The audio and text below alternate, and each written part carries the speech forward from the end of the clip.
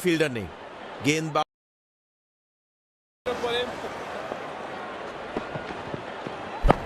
हवा में खेला है ये शॉट, अच्छी गेंद और आउट, बिल्कुल टाइम नहीं कर पाए। धीमी गेंद इस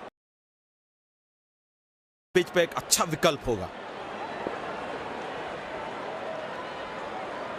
बॉल पैर पे लगी है, अच्छी अपील। और ये रिव्यू लेते हुए